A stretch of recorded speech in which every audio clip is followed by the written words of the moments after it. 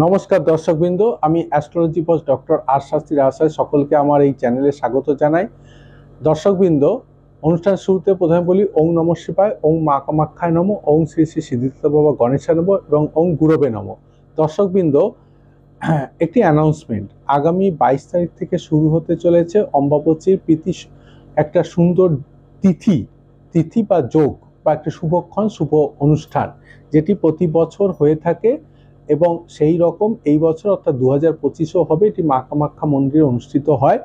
অর্থাৎ এই যে রবি অর্থাৎ সূর্য যখন রাশিচক্রের 12টা যে রাশি আছে, রাশিচক্রের যখন মিথুন রাশিতে আসে এবং রাহুর সাথে কানেক্টেড হয়, তখন কিন্তু ধরণী লাল হয়।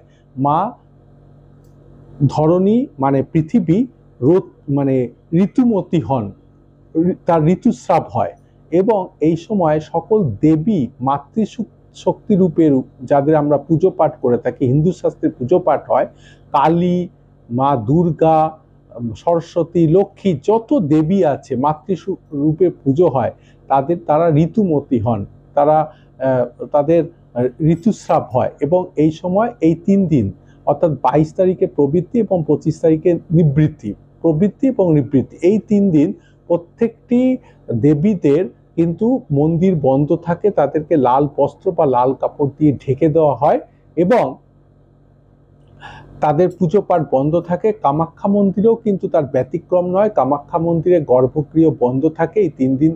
কামাখ্যা মন্দিরে গর্ভগৃহে যেতে দেওয়া হয় না, নিষেধ হয় এবং মন্দিরগুলি ঢেকে রাখা হয় লাল বস্ত্র দিয়ে বা লাল কাপড় দিয়ে। এবং পুজো পাঠ হয়ে গেলে অর্থাৎ 25 তারিখের পরে, তবে এই 3 দিন কিন্তু কামাখ্যা মন্দিরের বাইরের প্রিমিসিসে মানে গর্ভগৃহের বাইরে কিন্তু অনুষ্ঠান হয়, মেলা হয়, খুব জাঁকজমক করে বিভিন্ন রকম অনুষ্ঠান হয়ে থাকে।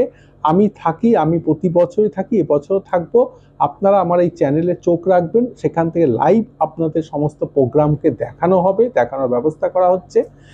এবং এই 25 তারিখ হয়ে গেলে ওখান থেকে বিভিন্ন রকম কামাখ্যা মন্দির থেকে তার মায়ের রক্তবস্ত্র, জল, অন্নভোগ, প্রসাদ, ফুল সব কিছু কালেক্ট করা হয় এবং এটা আমি কালেক্ট করে আমার দর্শক মানে আমার ভক্তবৃন্দ যারা পূজা পাঠ দেন, তাদের যারা দক্ষিণা পাঠান, তাদেরকে আমি এগুলো দান করে থাকি, দিয়ে থাকি।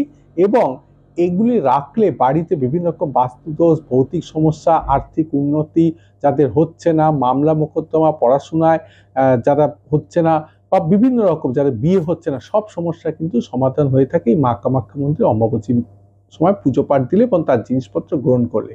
তাই আপনারা 83378793